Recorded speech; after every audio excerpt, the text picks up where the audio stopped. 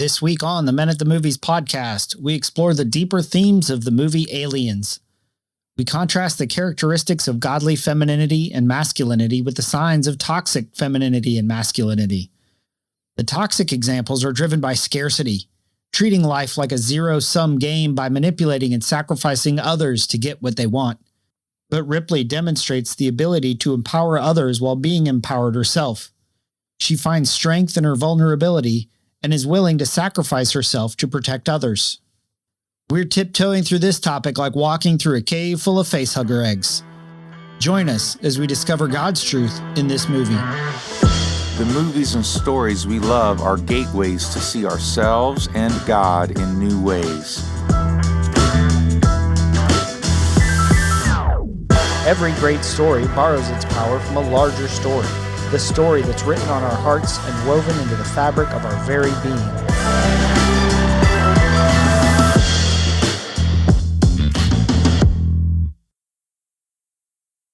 Hello and welcome to the Men at the Movies podcast. My name is Paul McDonald, and joining me from the beach, because it's summertime, embracing the waves, the sand, the sweat, and the sunscreen, Britt Mooney. Hey man, how you doing?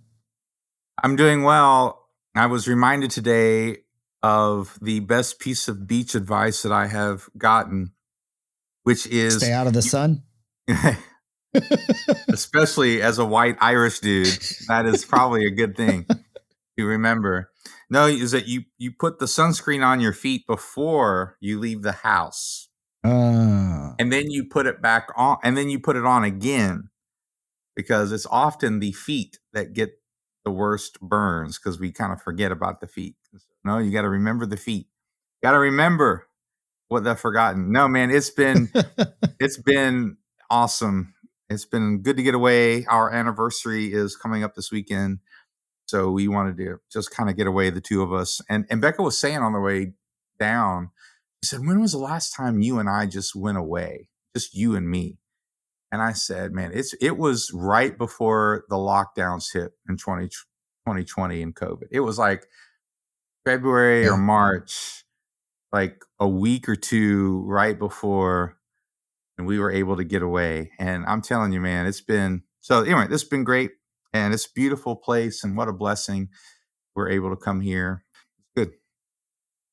Well, we hope that you guys, our listeners, are enjoying your summer so far. This is week 3 of our summer blockbuster series, and we are cranking into Aliens. Woo-hoo. Not Alien, Aliens with an S, not a Z, because I'm saying it like a Z. And it's interesting. So we talked about this, and I actually watched both movies. I've watched the first one and I watched the second one. And they are markedly different. One, they're done by two different directors. The first one was Ridley Scott. For me, it's just like Rocky. My memory blends together Rocky 1 and Rocky 2. Same thing with Alien and Aliens. Oh, really? Yeah. Alien has Tom Skerritt. It's got the guy who would become Ollivander. It's got the guy who would become old Bilbo in the Lord of the Rings movies. Yeah. And of course, Sigourney Weaver. Oh, yeah. But dude, that is a well done movie. Oh, it is. The cuts and the strobe lights and the darkness. You hardly ever see the alien, and you are terrified of seeing the alien. I don't get them mixed up, because to me, they are two different genres. Right. They're literally two different genres. I know they're both science fiction, and I know they're both about the alien, and they both have Sigourney Weaver. But the first one was a horror movie. Yes. It's actually listed sci-fi horror. Yeah. And the second one is an action adventure movie. And James Cameron is a genius at that type of movie. I didn't know he wrote First Blood, Rambo. First Blood Part 2. I didn't know he did that. So he did Terminator and he did Rambo First Blood, and they came to him to see if he would write the sequel to Alien, because Ridley Scott didn't want to do it. And so even James Cameron was hesitant, because he's like, that's a perfect story. Like he didn't want to, he's like, progress, but I think eventually you throw enough money or pull enough people, because he got So Aliens, the second movie, also Sigourney Weaver.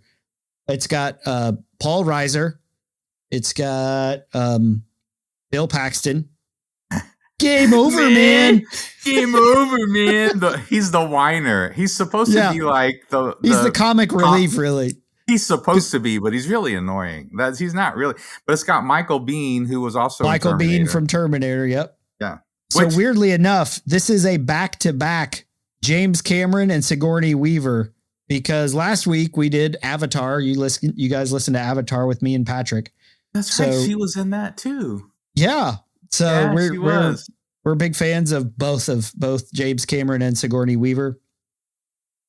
Both movies won like Academy Awards or Oscars. She won an Oscar for this movie, for Aliens. No. No, she was nominated. All right, I'll take it back. You're right. She probably should have won, considering who actually did win. Who did win? I don't remember. I don't remember, and that's my point. Well, but I mean, like, how rare was it back in those days that an action adventure sci-fi movie, that any Oscar nominations happen? But no, this to me was this. I actually saw this one first, because I was 14 when this came out, and I actually saw this in the theater. Probably. Oh my goodness! And when I was there's a couple really good jump scares.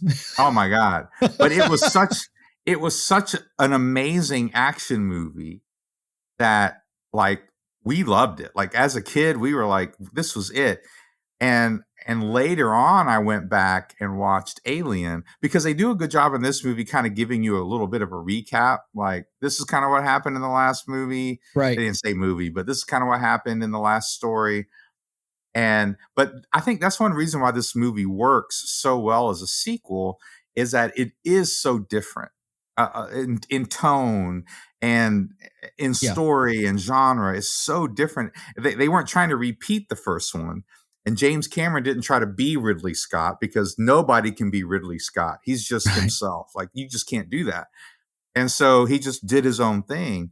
And I think that's why this movie works, and still has some really amazing themes in it that we're going to get into. Some really deep questions and thoughts that are just kind of, they're not thrown in there, but they're not like really heavily talked about in the movie, but they happen.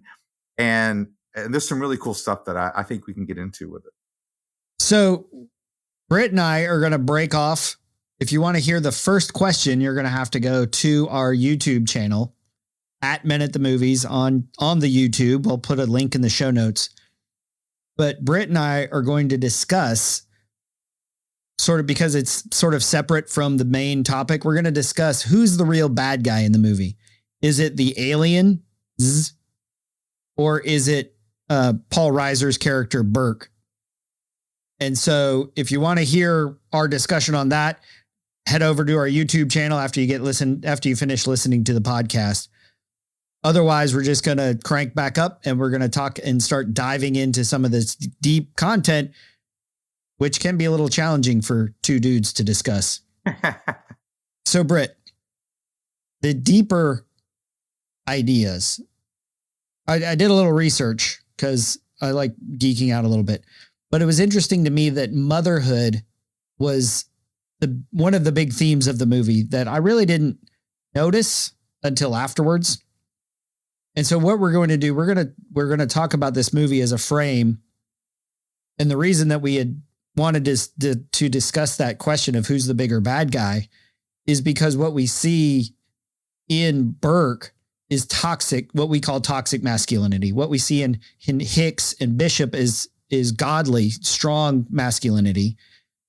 But then there's also the flip side with Ripley. We see a strong femininity. And obviously with the Queen, we see rather a toxic femininity, right? Both become mothers. It's super cool. The end of this movie, Newt, the kid, when she's finally saved from the Queen, runs to her and says, "Mommy." She doesn't call her Ripley. She calls her Mommy. So, because our conversation for the rest of our podcast is going to be shaped around this idea of godly femininity and masculinity versus the toxic ideas, the toxic symptoms that we see in play in society around us. Because it's really easy, that saying that power corrupts and absolute power corrupts absolutely. And it's that saying masculinity isn't what's wrong with the world. There is toxic masculinity. There are men who have abused the power that they've been given and have hurt the people entrusted to their care. And so as men listening, we say, well, how do I become a man who cares appropriately, who empowers those that I've been given care of? And I think for any women listeners, that same question, how can I become a woman who's not driven by scarcity, who's not driven by a zero-sum game, but empowers the men around me as they empower me, and it becomes a mutual partnership. And I think that when you look at this movie through that lens, it's really fascinating. Yeah. So just really quickly, I want to just kind of put this out there. This movie was made in 1986. Any sort of idea that we lacked strong female kick butt characters, we should kind of put that to rest. Like, she might be the first. I think there were I think you can see strong female characters. Well, you got Sarah Connors from Terminator. Again, a James Cameron movie. And she becomes even stronger, although in a different way. And you guys talked about that. Little plug for the Terminator podcast you did with Sarah. And Sarah had some great insights into some of that, I think, where Sarah Connors lost the strong femininity that she needed. She became more heartless. She became between one and two, right? But you saw the strong version of it in Terminator. You know, she starts off as like a wimpy, like she's not a cheerleader, but like naive waitress, like a naive sort of young woman into this very strong character by the end of the movie of Terminator. And you see something very similar here, but I think there are other strong characters in movies from the 30s to 40s and on, and even in literature. And the Bible has some amazingly strong female characters. But as far as a kick butt action hero, like Ripley might have been the first. Like Ripley he did such a great job with that turn. And so the reason why masculinity can be toxic is because there's a way it's supposed to be positive. Does that make sense? The reason why, like, masculinity on its own isn't toxic. Masculinity is needed. This is God-given. It's a God-given thing. And so the reason why it can be abused is because there's a right way it's supposed to work, right? Yeah. And it's the same way with femininity. It's the same way with that. Like, I know it can be triggering for some people for us to even say there's such a thing as toxic femininity, but I'm sorry, it happens, right? It happens in our world where just because someone is a woman and feminine, that does not mean what she's saying is in line with what is positive and constructive for the world to hear, even when it should be corrective. Because Ripley in this movie she's telling people what to do left and right, and I love that. But she's not telling people what to do left and right because she's a woman. She's telling people what to do left and right because she's trying to save people's lives. Gorman, get your men out of there. Gorman, get your men out of there. Get them out of there. Her heart is for the people. Her heart is for people. Her heart is for the colonists. Her heart is for, of course, Newt becomes the main object of her love in this movie. So between Alien and Aliens, there's a 57-year gap. And this is not in the main cut, but it's in sort of some extended scenes. And if it's in the story, if you look at it, in that time that she's, 57 years of hyperspace sleep or whatever it is, her daughter dies. So she arrives back home. Her daughter, and she finds out her daughter's dead. She's haunted by her past. She's haunted by, she wakes up every night with nightmares. She doesn't have a purpose. She's a broken person. And it's when Newt enters the picture that her whole characterization changes. Well, it's actually after a nightmare and she wakes up and she's like, we're going to go blow him up. Right. And she's like, because she's like, no, I can't stop hiding from my fear and my trauma, because that's what a lot of us do. Is we react. We can't face our fear. We can't go back into it. And it's when she decides to enter into the battle and engage with what scares her the most that she starts becoming who she is. But it's really the introduction of Newt that really you see Ripley as a woman, but as a leader come to life. And so I'm going to play that clip. This. It's a little hot chocolate. Here you go. Whoop. That good, huh?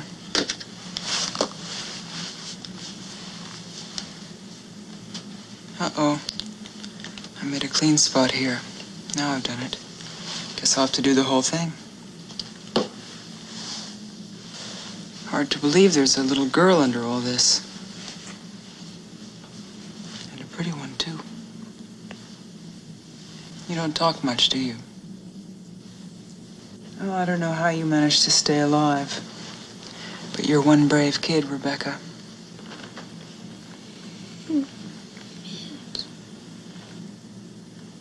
What'd you say? Newt. My name's Newt. Nobody calls me Rebecca except my brother. Newt. I like that. I'm Ripley. It's nice to meet you. And who is this? Casey. Hello, Casey. What about your brother? What's his name? Timmy. Is Timmy around here too? Maybe hiding like you were. Any sisters? Mom and Dad? Newt, look at me. Where are they? They're dead. All right, can I go now?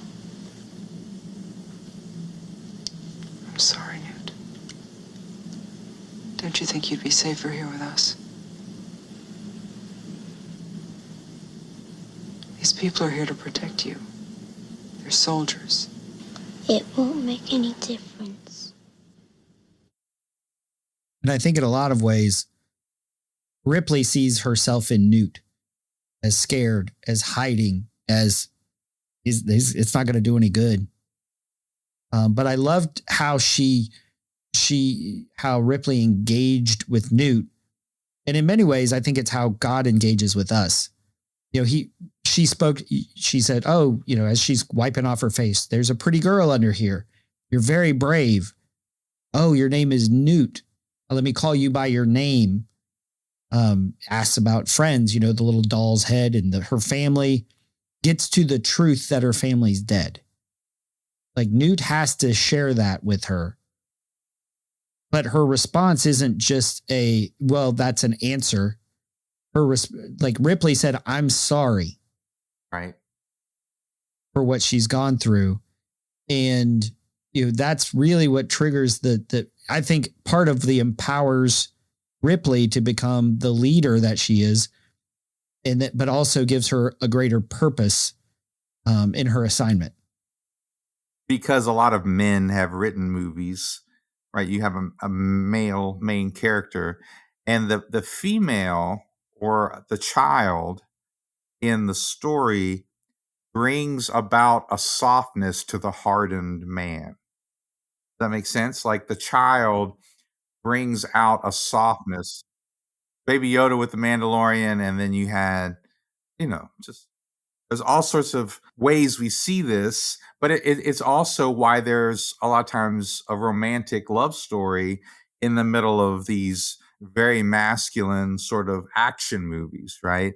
Like the man, in order to progress forward as a character, has to have something that softens him.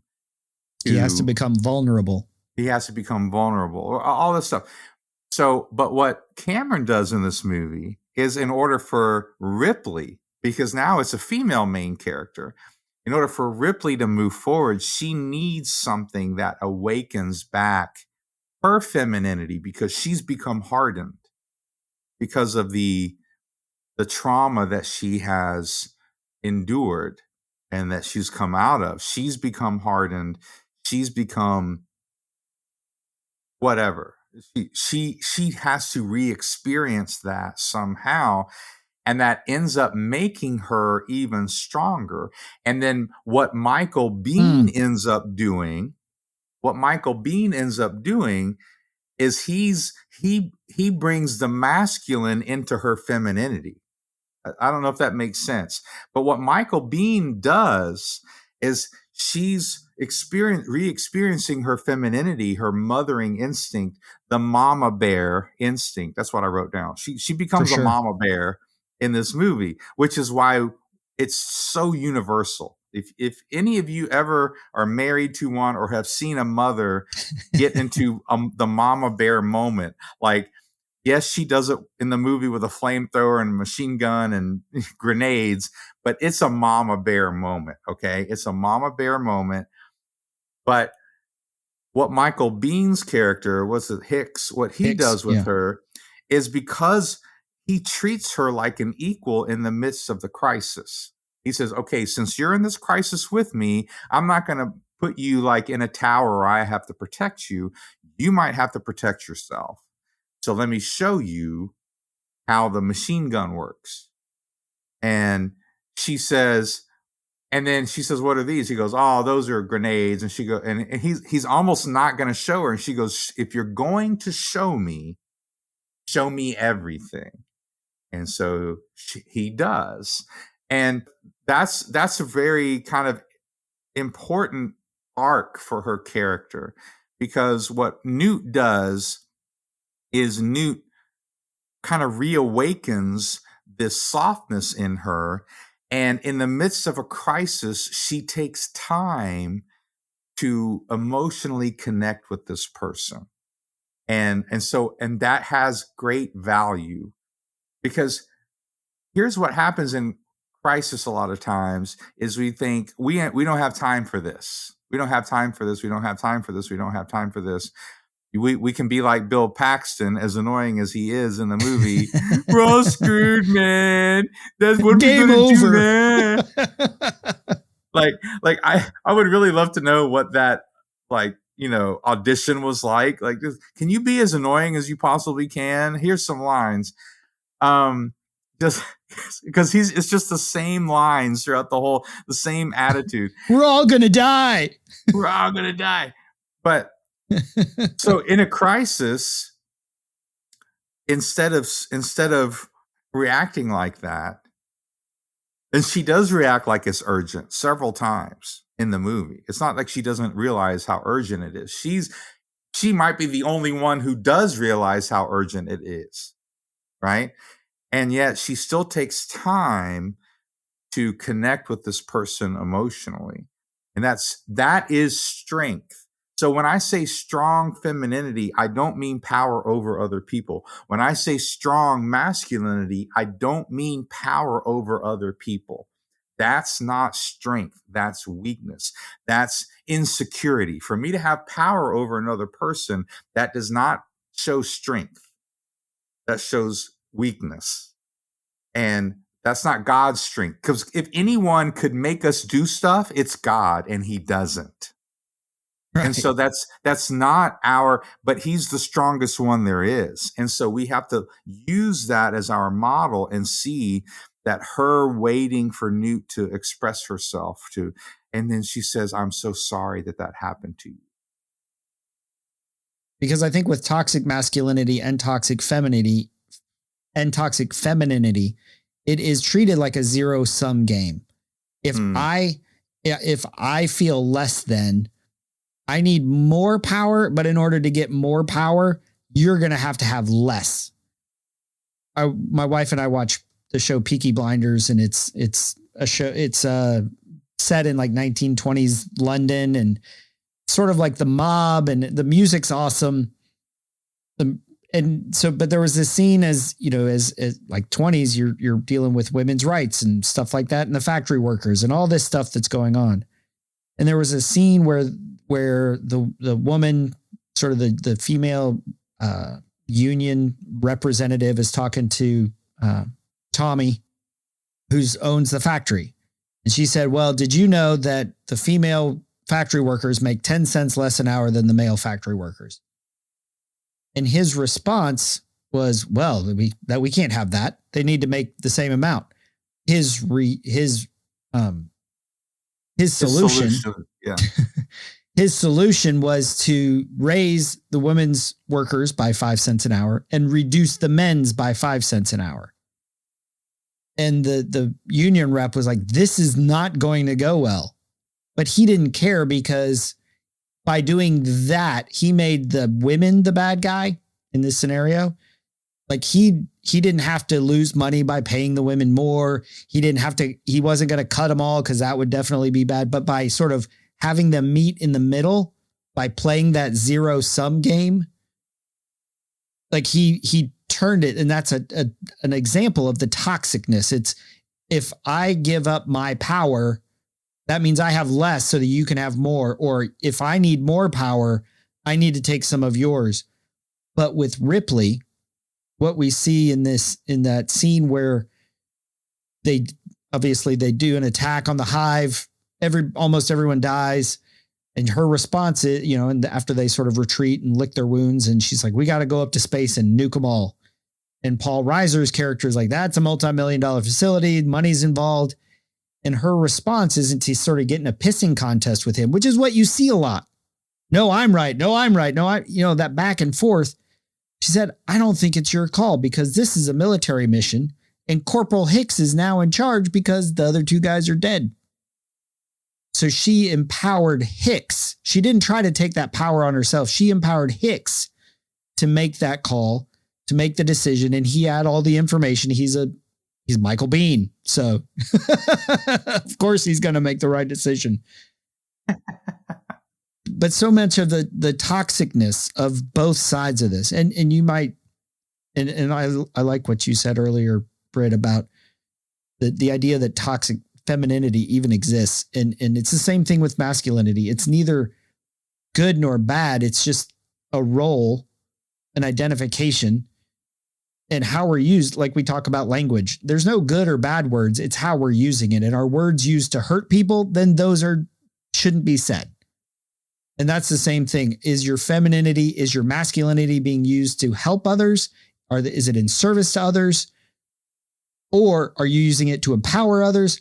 Or are you using your power to see what you can get out of it? And that, I think, is what we see in this. And we'll see that later as you mentioned, Hicks will end up empowering Ripley by showing her how to use the weapons. We are shown very clearly the difference between Hicks and the rest of the Marines.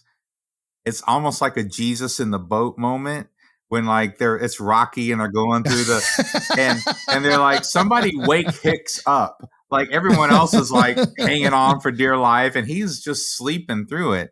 Like he's been through it several times and so we're shown in the midst of it how he is a man of action, but also a man of confidence.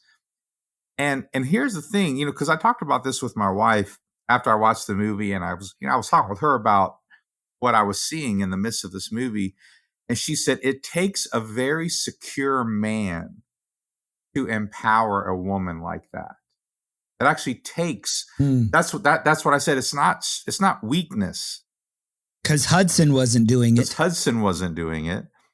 And the Gorman didn't end up doing it, right? Because he's like, who do you think you are? Like, because he can't, he was a lieutenant. He didn't have experience. Right. Of course, they're setting all this up to show like the disaster that's about to happen. That is a really beautiful concept, dude. Like an insecure man can't empower the women around him. Can't. Because I would say anyone, because anyone. But in this situation, And that's the crisis that we see in the world today, is a bunch of insecure men. Well, but I think it happens with femininity too. It takes a very confident, strong woman. There you go. Yes. It's the same. What I'm talking about is equality here. It's the two sides of the same coin. Same idea.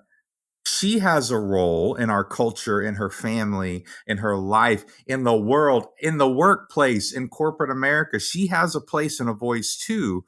And for her to empower a man takes a very strong, instead of feeling threatened by that, because maybe in the past, men really legitimately have tried to take power away from her. Well, look at the first movie. Or the first movie, right? Right.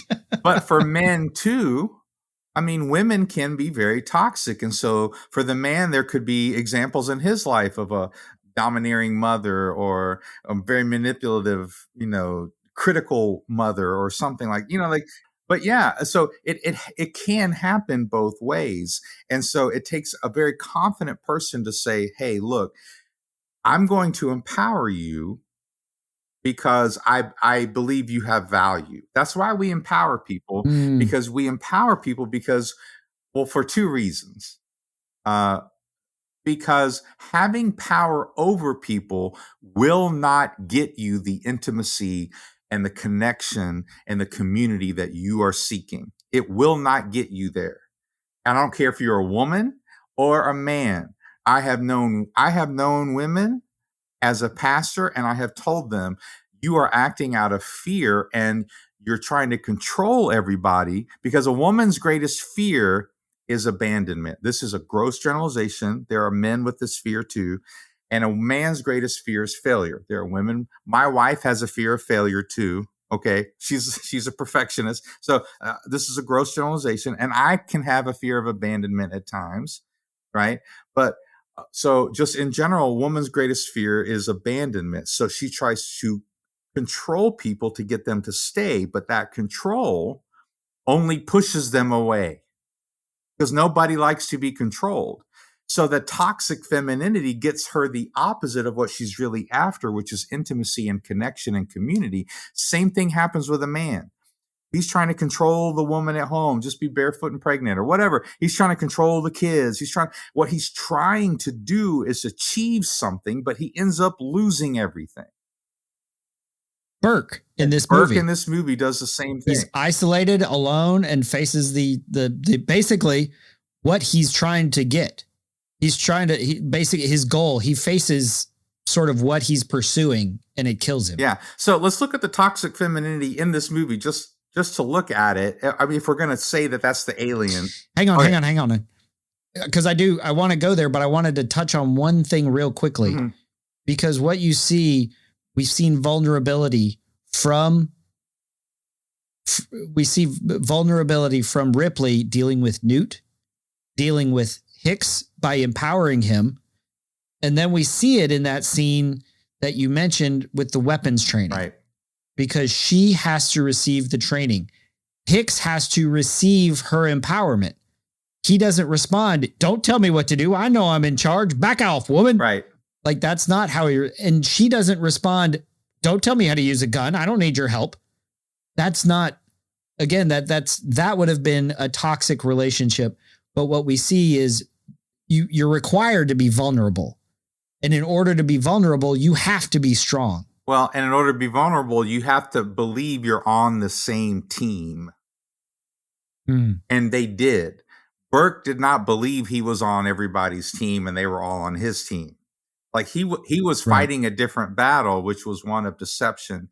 And so for the aliens, here's what they did, or the queen. And here's, in order to multiply, in order to succeed, in order to further their race, they had to deceive, right? Attack and kill. Like they had to steal, kill, and destroy humans or other beings in order to, like, it was very deceptive, right? It was a very deceptive thing because she kind of explains it in the beginning, which is in the first movie, right? this kind of parasite thing latched onto his face, but then it went away and we thought everything was okay. But then but something had happened within him. And I think that's very spiritual. Something had happened within him and we didn't know what was going on. And then it came out, which is, I'm sorry. Well, so spiritual. And the other part, no, you're right. Because when I was watching that first movie, I was like, that thing, the alien, is like sin. Mm-hmm. Because the rules said somebody gets attacked by an alien, they're quarantined for 24 hours. If they don't let that guy with the alien stuck to his face in, if they followed the rules, it would never have entered in. It would never have taken over all the bad things. I mean, he would have died, but he was basically dead anyway. Right. So to over spiritualize it is actually, I think, one of the things that I saw in it as well. Yeah. And so, but then Burke does the same thing. He's deceptive. He's willing to kill. He's willing for others to sacrifice so he can have success and profit. And it just hit that again. He's willing to sacrifice others. Others sacrifice so he can gain. That's right. And that's a clear sign of the toxicity. But they both did it. The aliens and Burke did it. So the toxic femininity and the toxic masculinity, they both do it. You're going to have to sacrifice so that the corporation, the species, whatever the thing is, in order for this to move forward, you're going to have to sacrifice in order for this to succeed. And for Burke, it was more the corporate, oh man, we can't destroy a multi-million-dollar, whatever his thing was. But he wasn't willing to just say, okay, I'm going to submit to authority, or I'm going to do what's best for everybody in the situation. He literally works with the aliens, because what he ends up doing is putting the aliens, there were two living specimens, and he put them in the egg layer, the face suckers. I think they're called the face suckers. When they're vulnerable and because they were sleeping, right? This is evil. That's what evil does. Waits till you're sleeping. Waits till you're at rest. Waits till you're, not looking for it.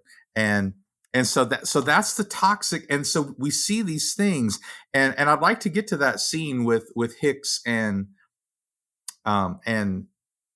Ripley, because when I watched that scene, I was like, man, this is so powerful.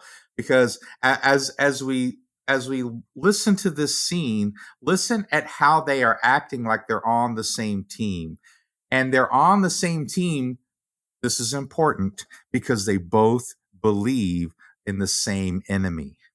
They believe they're on the same team because they both understand who the enemy is. For Burke, the aliens aren't the enemy. And that's a problem. That's a lie. And right. And he ends up later on, they kill him. So he should have known, but at the same time, so just as you listen to this scene, just look at how they are. Paul said it well, like how they are working together, being vulnerable, empowering each other. And it's because they know they're on the same team. I want to introduce you to a personal friend of mine. This is an M41A pulse rifle, 10 millimeter, with an over and under 30 millimeter pump action grenade launcher. Feel the weight.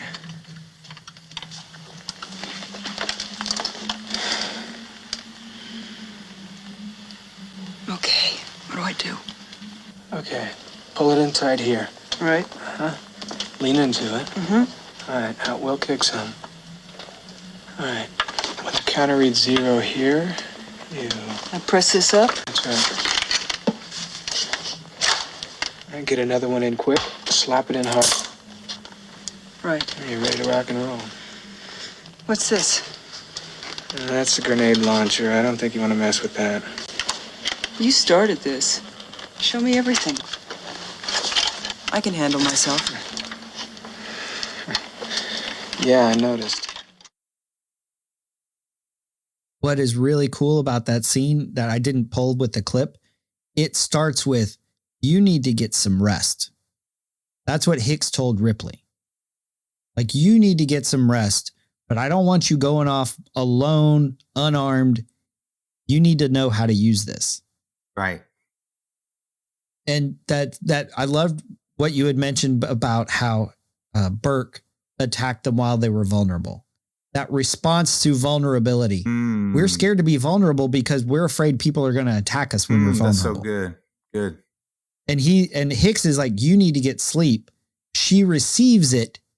That like they are being vulnerable together. She receives his empowering of her. And then even stands up for herself is like, you started this. You began this. You're going to finish it. I can handle myself. And he's like, you're right. And he proceeds and they go, the training and all this. But that idea that strength, that vulnerability, and how do we respond when others are vulnerable with us? Or do we take advantage of a vulnerable situation? Or do we care for them in that vulnerable situation? And just mentioning this quickly, because we've talked about it on several podcasts. But again, men wrote this movie. This is Cameron's storyline. And for him, and then Michael Bean's character Hicks is obviously attracted. But what is he attracted to? A woman who can take care of herself, a woman that he doesn't have to babysit, a woman that speaks her mind, a woman that is out to protect others. Like again, man, we got to recognize this universal thing that we love, and dudes love this movie, right? Even though it's a female main character, like they love this movie. Why? Because she's not putting men down unless they deserve to be kind of put in their place. Unless you're Gorman or unless Burke. You're like, she doesn't even put make fun of Hudson. Right. Do you know what she ends up saying to him? She said, look, you need to get your act together because we need you. Yeah. She literally affirms him. So she's correcting him, but she corrects him with an affirmation. We need your skills. You are someone that we need. Like, she's not correcting him like you're just an idiot, right? But she's correcting him. She's not slapping him around and saying...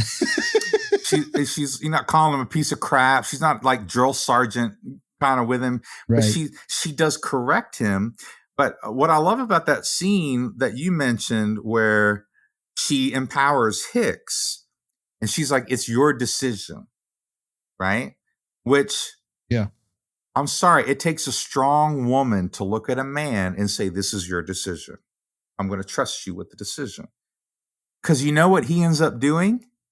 He looks at her, he gives her a little look like, yeah, I guess you're right, but he ends up. Yeah, he's like, I wish you hadn't pointed out that I'm in charge. Who wants to be in charge of this cluster? But know, right? But he's like, he says, he thinks about it and he says, she's right. So the decision that I'm going to make is informed by her expertise. Yes. So he takes responsibility. He doesn't say, I don't want this responsibility. Someone else make the decision. He makes the decision. I'm just telling you guys as husbands, this is important. Sometimes it's your decision to make, but you have to listen to this person in your life, maybe sometimes a child in your life. Like, you can listen to somebody and say, look, it's my decision to make. For whatever reason, it's my decision to make, but I'm going to listen to this person because they have an insight that I need and they are more right. This is how you submit. This is in the Bible.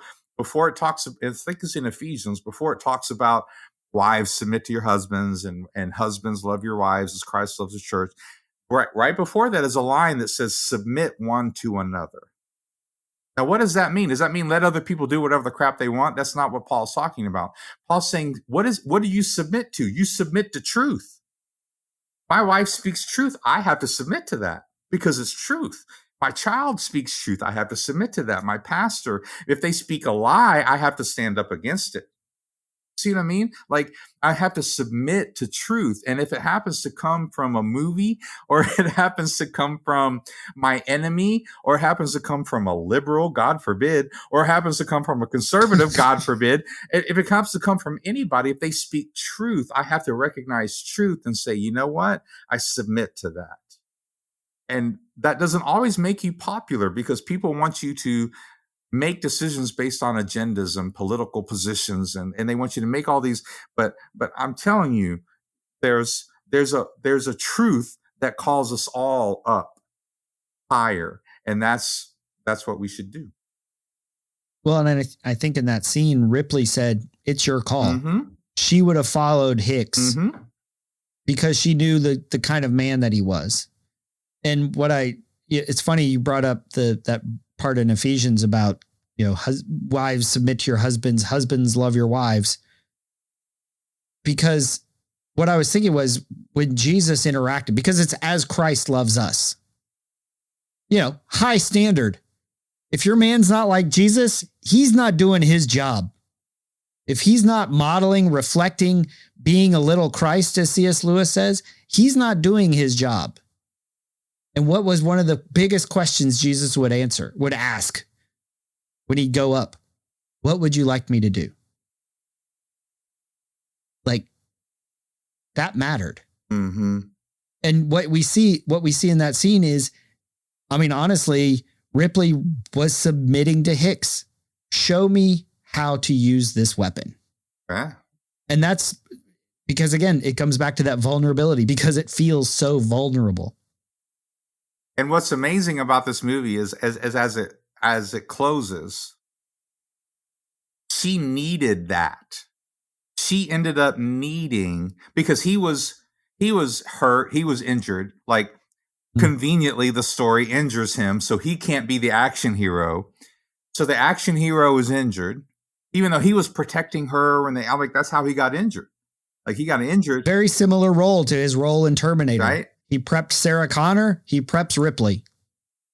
When we get to these moments in the movie, like, she needed the training.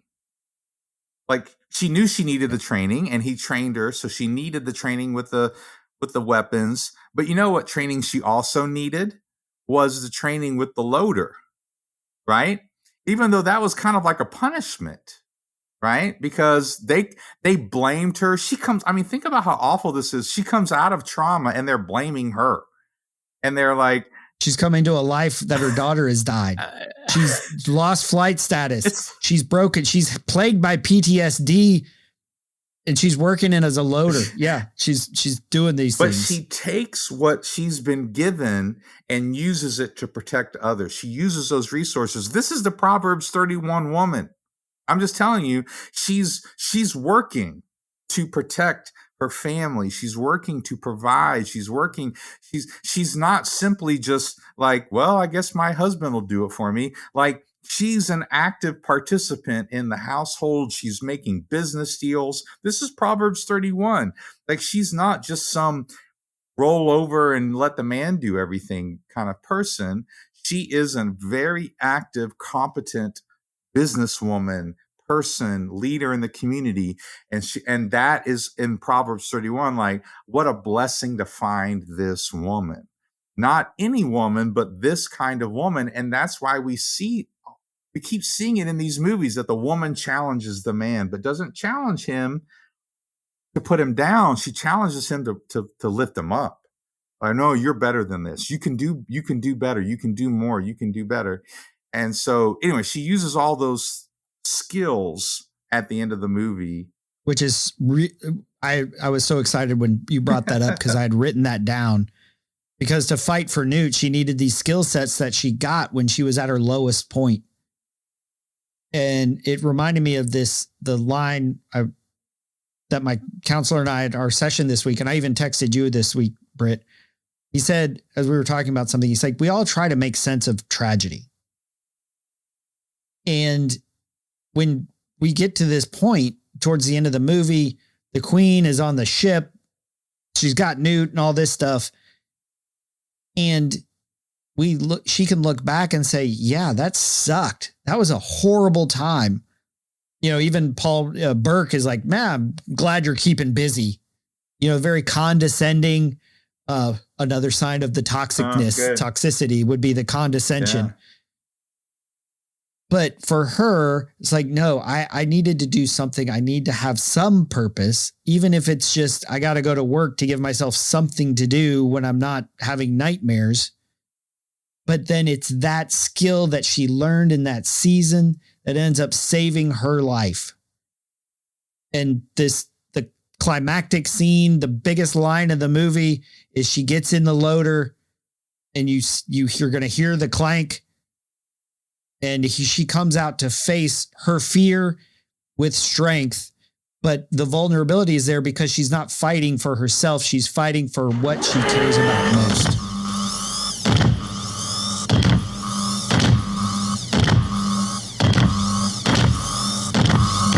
Get away from her, you bitch! Because we have to have something to fight for. And when we were prepping for this podcast, we came up, I was reminded of Ephesians 4. It's Paul. He's writing to the church in Ephesus, and he says, I beg you to lead a life worthy of your calling, for you have been called by God. Always be humble and gentle. By the way, this was not a great time for the church. Good. Like Nero was in charge. They were dying. But the first thing wasn't, the idea, take up arms against your oppressor. It wasn't, hold fast to your faith. It's always be humble and gentle. Be patient with each other, making allowance for each other's faults because of your love. That reminds me of the parable Jesus talks about, the speck and the plank. I need to worry.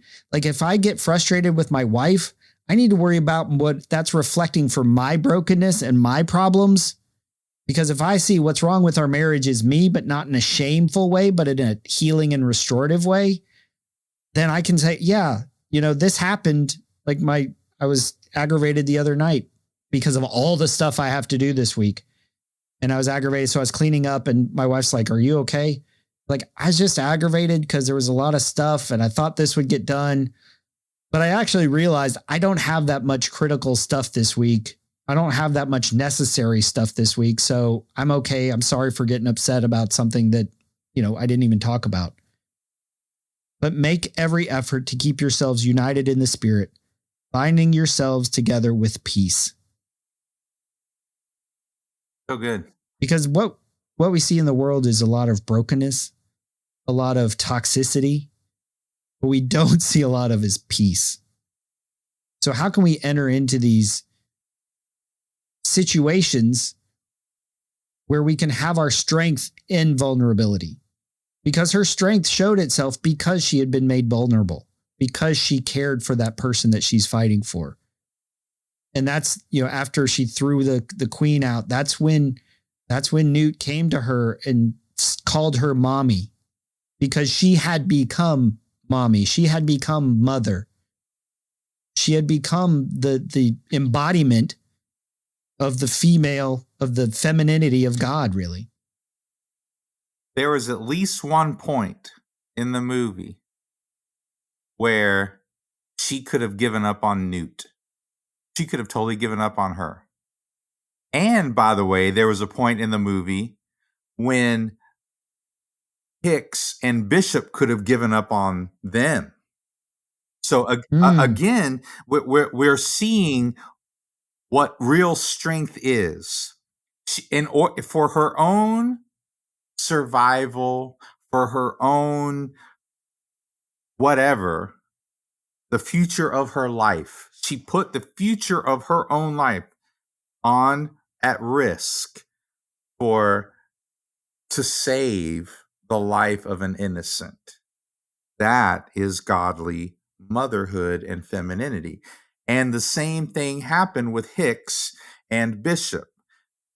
Because they said, the platform was getting unstable, and so we had to. Well, the platform was getting unstable. They had left. She thought they had left, and she was like, Screw you guys. Damn you.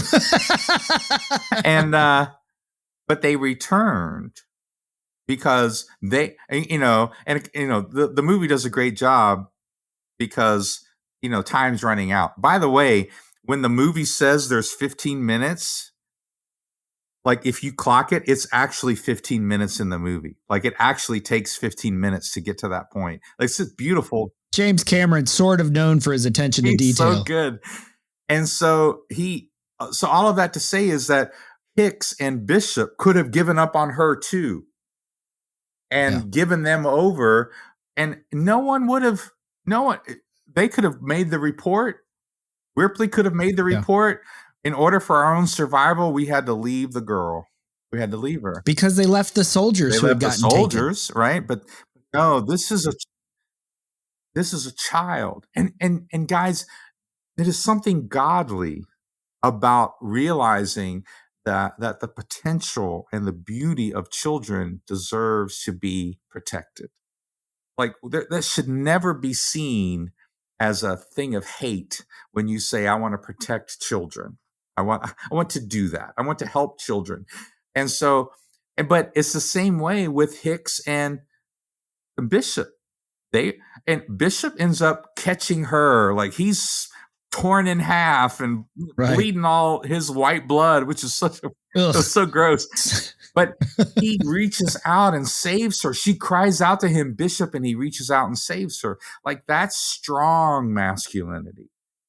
Sacrificing our own, and that's what and that's what it means. You love her as Christ loves the church.